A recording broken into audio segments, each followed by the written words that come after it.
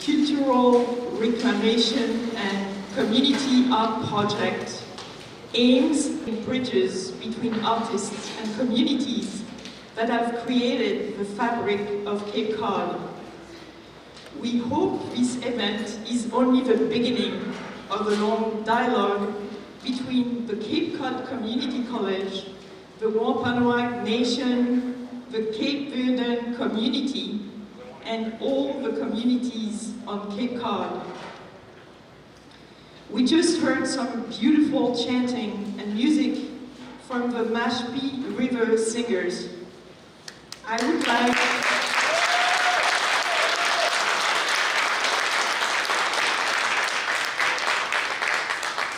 like to introduce Cameron Greendeer.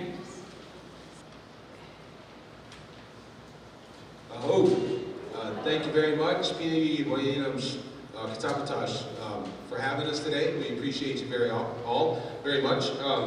So today we shared some songs with you guys. Sorry, can't bend down there. Back is hurting.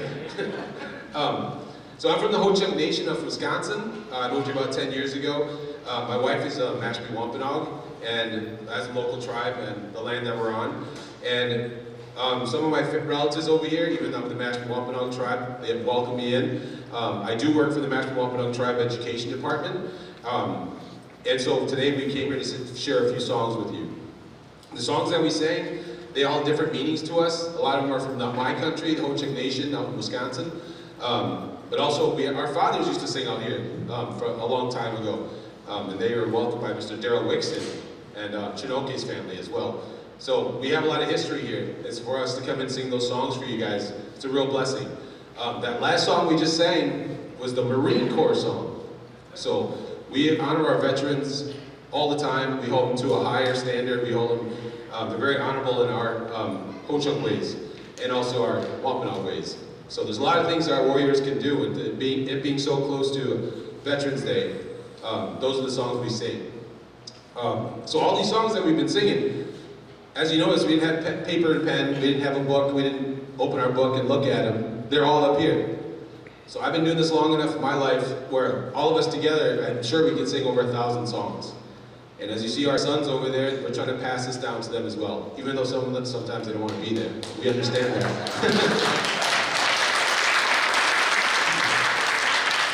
But this is the traditions that we're trying to pass down. Not only that, we practice our language. Mashpee Wampanoag has a WLRP, Wampanoag Language Reclamation Project. My wife is involved with that as well. And there's a lot of different things that we're fighting for every single day, whether it just be existence, recognition, all these things that we're fighting for every day. Cancel culture out there is not helping us right now. There's still other teams that are using our name in bad ways. They're calling us stereotypes. Nothing really out there is helping us. Right now, my voice right now is helping us and putting us on a platform that's saying that we're standing here, we exist, we're still here. Us as Native people. So thank you.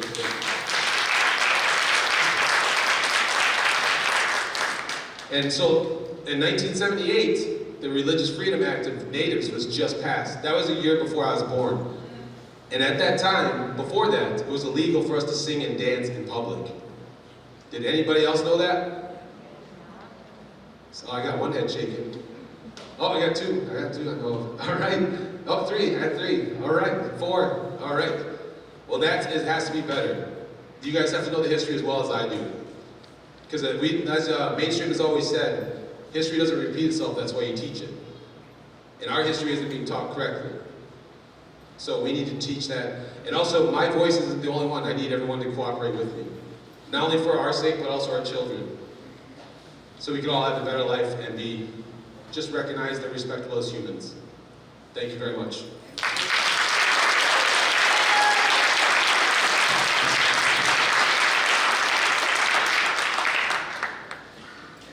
Thank you, Cameron.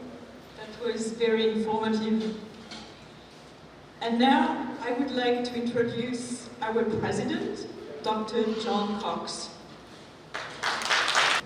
I want to offer a tremendous amount of thanks, Natalie, for your hard work and your efforts leading the Higgins Art Gallery, and whose proposal received the Cape Cod Community College Educational Foundation's Bartlett Award that became the genesis for this evening's event and the artist legacies we will unveil.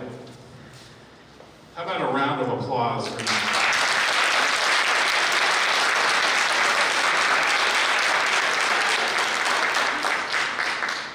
The award is actually named in honor of Irving Bartlett, the first president of Cape Cod Community College, and his wife, Virginia. And the funds provide the resources for projects that advance our institution and strengthen our teaching and learning. Natalie, as you noted in your proposal that launched the culmination of this event, art tells the story of a people. By teaching and creating with cultural appreciation in mind, art increases student empowerment, helps destroy negative stereotypes, promotes innovation, and equips students with the necessary tools to become more aware of their own agency on a local and a global perspective. Thank you, Nan.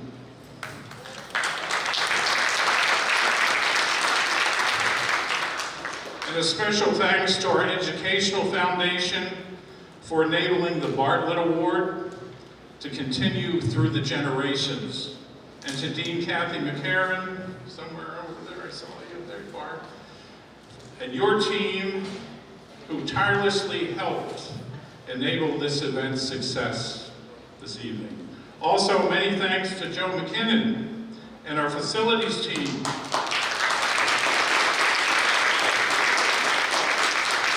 for importantly defying gravity and mounting this artwork with permanence on the wall. Well done.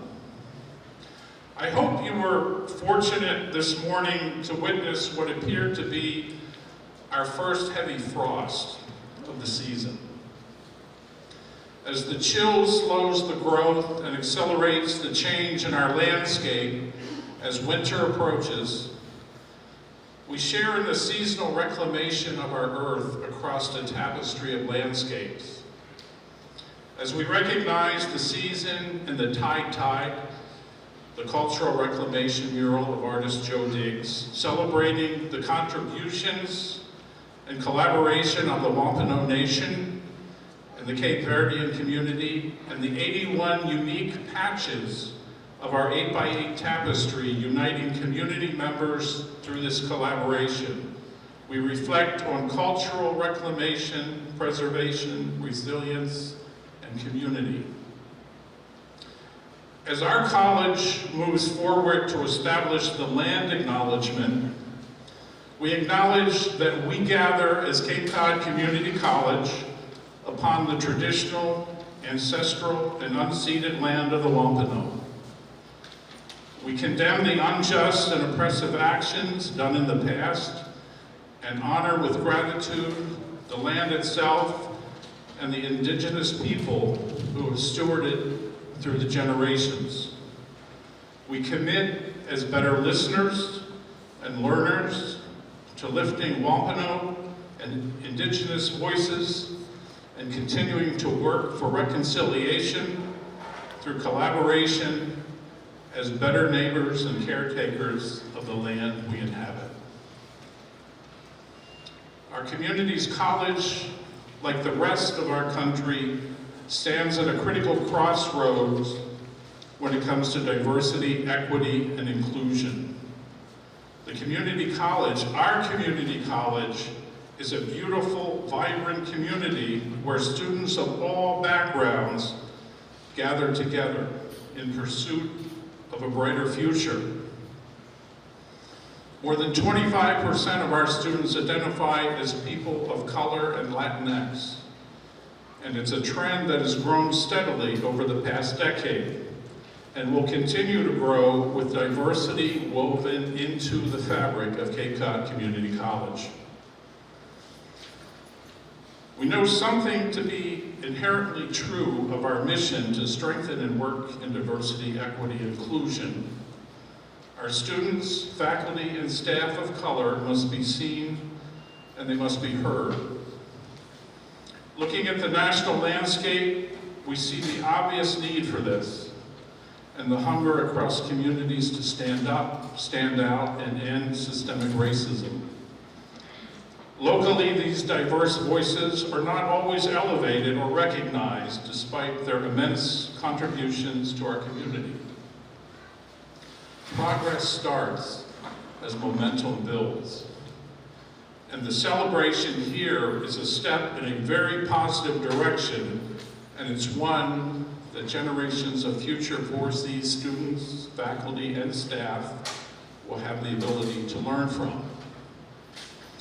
To everyone that made this evening happen, I offer my gratitude and stand in awe of your work. This is truly a great moment for our college, and I'm so happy that countless members of our community will benefit from this project. Thank you all very much.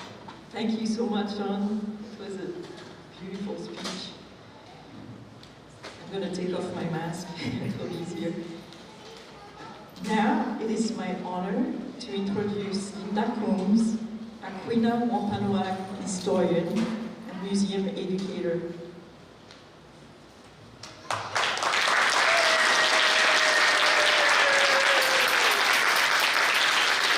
Linda Combs is a member of the Aquinnah Wampanoag tribe on Martha's Vineyard and has lived in Mashpee for more than 40 years. Her two grandchildren, their father and grandfather, all enrolled with the Mashpee Wampanoag tribe. Linda Combs has enjoyed a 45-year career as a museum educator. She has worked at the Boston Children's Museum and the Aquinnah Cultural Center, a house museum built by an Aquinnah Wampanoag man. She also spent 30 years educating visitors at the Wampanoag Indigenous Program at Plymouth Plantation. Linda has also served as an interpreter, an artisan, and a researcher. Additionally, she has led workshops and teacher institutes, written children's stories and articles on various aspects of Wampanoag history and culture, and developed and worked on all aspects of a wide variety of exhibits. The goal is to continue communication of accurate and appropriate representation about the history, cultures, and people of the Wampanoag and other indigenous nations. Please welcome Linda Combs.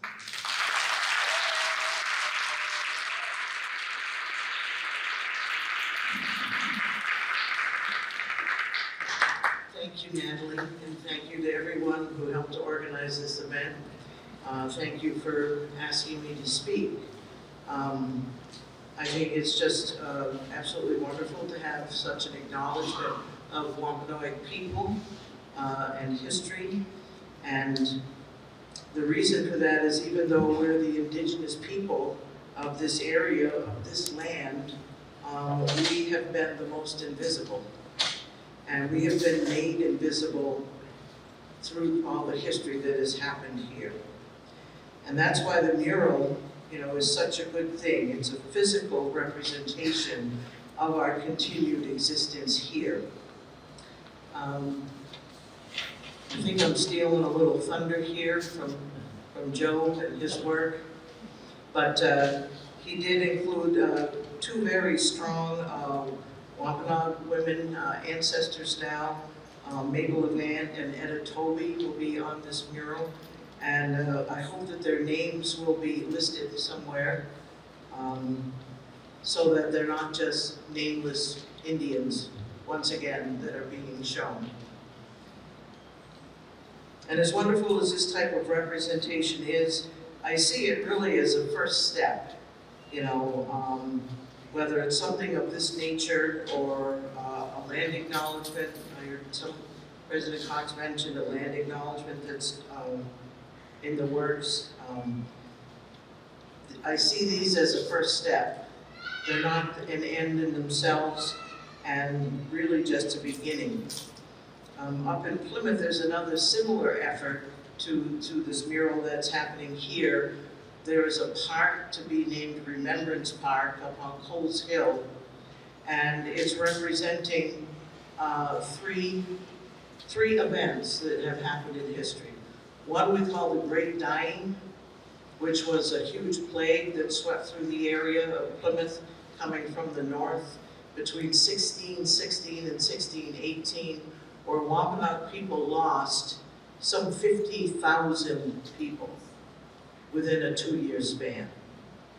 Remembrance Park also remembers the 50 English people, the Pilgrims, that died the first winter, and it also remembers everyone who has died in COVID. But this is the first time ever in 400 years that the Great Dying of Wampanoag people has been done as a public event. So, I think this mural is like the second thing, at least as far as I know, that's going to be a lasting, permanent thing. But I believe the next step for people is to carry on and to begin to learn the history of Wampanoag people, okay? Because it is, after all, not just a sidebar to American history, but an integral part of it. And I think that we are always...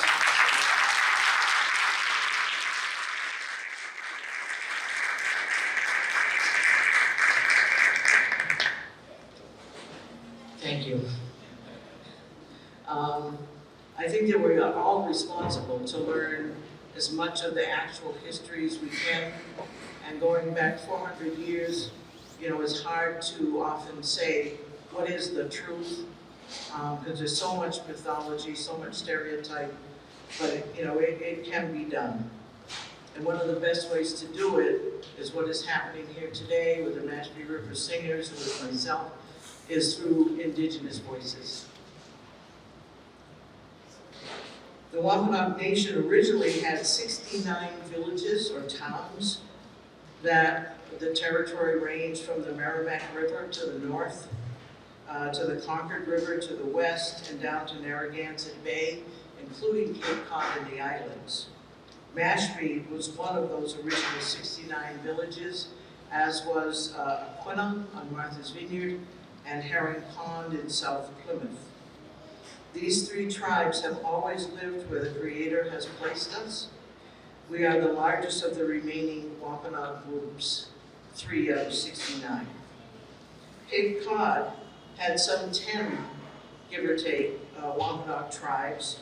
Where we are today in Barnstable was Comaquid, Matakeesit was Yarmouth area, Monomoy, the Chatham area, Nauset and Eastham area, Penunnaconnet and Wellfleet, Pamet and Truro, Mishon down at P-Town, to name just a few of the original Wampanoag areas.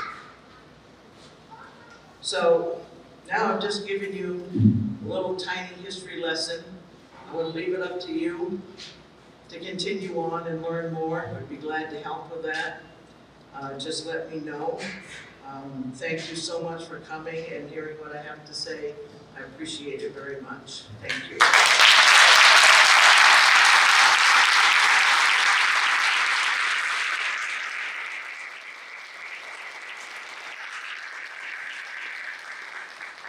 Thank you so much, Linda, for your comments and assistance in producing today's event.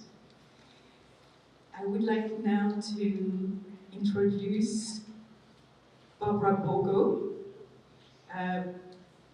Barbara, I had the pleasure to meet Barbara in July at the Cape Cod, Cape Verden Museum that is located in East Falmouth. So when I went to the museum, Barbara, that is sitting over there, gave me a very thorough tour of the museum's collection and of a very vibrant culture. I learned that Cape Verdens have been emigrating to Americas for centuries, as early as the mid-1700s on Nantucket. Many crossed the Atlantic as navigators and crew of whaling ships settling on Cape Cod and helping to make New Bedford one of the richest cities in the world. Barbara spoke at length also about Amilcar Cabral, who freed the Cape Verdeans from colonization. So Barbara Montero Bogo began a college degree in, yeah, that will be easier because I have to lean over her voice.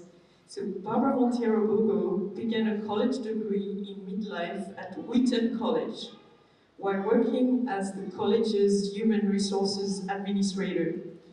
When her oldest daughter entered the freshman year there, Barbara transferred to Rhode Island College, where she participated in the University of Rhode Island Summer Seminar in Cape Verde in 1997 and 1998. She graduated magna cum laude, earning a BA in cultural anthropology with a minor in women's studies. She also has completed coursework toward a master's certificate in gerontology at UMass Boston. Besides being the current clerk, curator, and co-founder of the Cape Cod Cape Verde Museum and Cultural Center, she has been the vice chair of the Brewster Housing Authority and a member of the Brewster Community Preservation Commission. She's the former chair of the Barnstable County Human Rights Commission, former state president of the American Association of University Women Massachusetts chapter, former president of the Taunton Cape Verdean Association, and former vice chair of the South Coastal Counties Legal Services. Barbara is the proud mother of 2 adult daughters, Melissa and Brianna, who live in Taunton. Please welcome Barbara Bogo.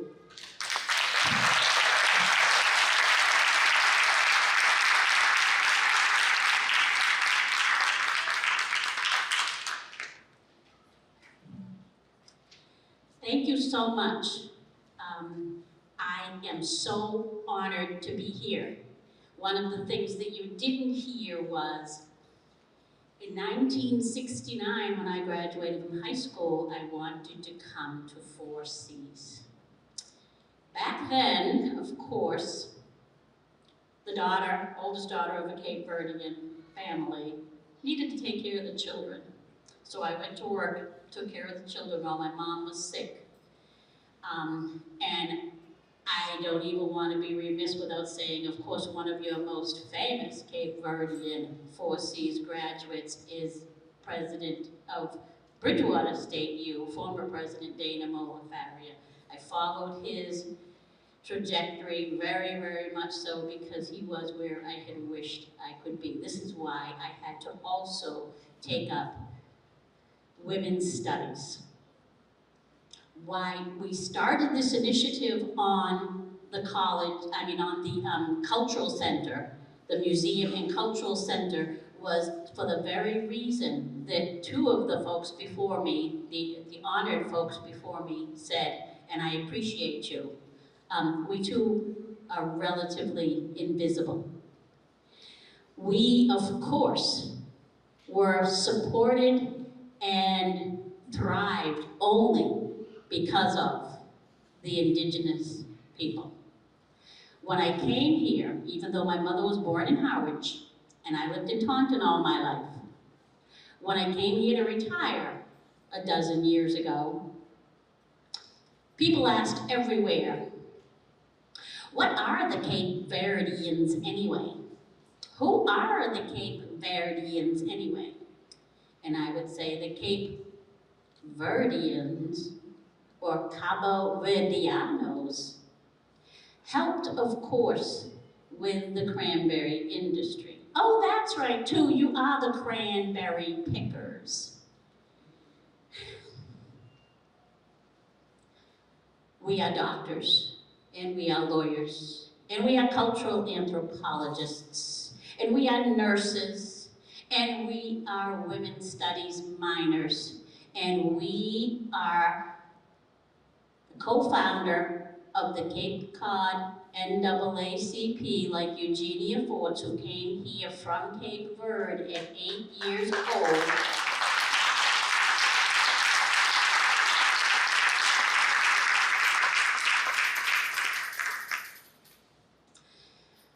He said his voice is helping us. I hope our voices are helping. We are also folks like George and Layton, Judge George and Layton, who was a good friend of Eugenia's, became a district court judge, grew up in New Bedford, was a cranberry picker. We have that and the cranberries in the museum. We too have been taught to honor those that have gone before us. But Judge George and Layton lived to be 105 years old. The New Bedford post office is named after him, and the courthouse in Chicago. He was a mentor to Barack Obama and a friend of Thurgood Marshall. Who are the Cape Verdeans? Well, they are us. They are also hidden among you, and I brought something here because right now, even though we talked about those that have gone before us, right now you have among you my very good friend, Sarah Ann Samedo.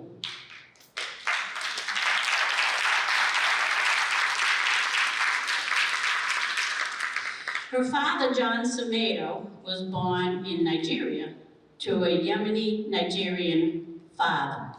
Her paternal grandmother, Adelano Lopes Samedo, born in Brava. Her mother became a friend of mine 20 years ago when I listened to the Tune Weavers, who are also mostly Cape Verdean folks, and Dr. Joan Samedo. We lost her last year. She was an artist, an embassy artist. Her art is internationally renowned. I met her and she had a little program in Yarmouth called Arts with Joan, and people said to me, "Who is Joan Samedo?" And I said, Dr. Joan Samedo is one of the finest educators and humans I have ever met. How did we get here? How am I after Linda and those others? Because when we got here, you helped us survive and thrive. And my board president and treasurer are here, Wesley Lake and Roy Rose. They were former presidents of the Cape Verdean Club in Falmouth, which is reported to be the oldest of its kind in the United States. How come you still don't know who we are? And Roy also happens to be a vet. We are veterans and we are all those things. So when Sarah talked to me about this and asked would I be interested, absolutely, because this is who we are. It is destiny that brought us all together. And I don't have much in the museum right now of the indigenous folks, only because my ethics and cultural anthropology taught me I don't assume anything. I don't go where I don't know. And anytime we can get together and you honor me with what should be in that museum, we will put something up what you say should be there. And Dr. Cox, I met when I was the chair of the Barnstable County Human Rights Commission, and I said, we have to do something on race here, sir. Something more, something greater. He was new. What he did was he pulled out the card out of his pocket and he gave me his business card and said, keep in touch with me, Barbara. Thank you, Dr. Cox, for your leadership. Thank you, everyone, for allowing us to be here. There's a table if you want to go see what the Cape Cod, Cape Verdean Museum and Culture is all about. I hope this looked a little bit native, and I knew it looked a little bit African, because that's who I am too.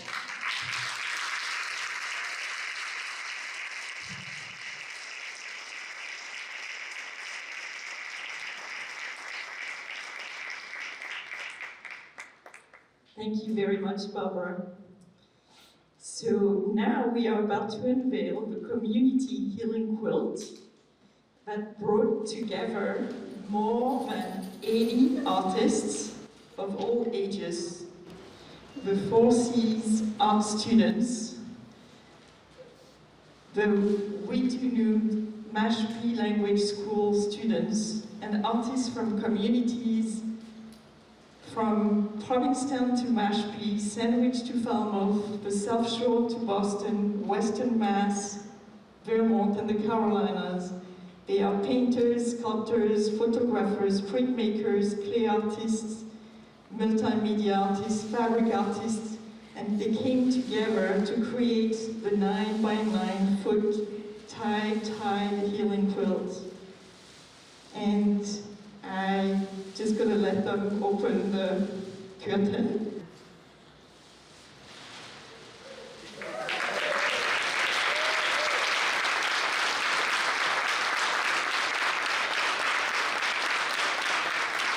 Have been made by the children from the language school in Mashpee. And in fact, I think Cameron's daughter, Adeline, is up there. That's a picture with the moon. So we also have a very interesting piece here that was created by an artist that was our artist in residence at 4 C's about a year ago. Her name is Sean Robertson. And if you look very close, you will see that the Wampanoag Nation is right in the middle of those dots.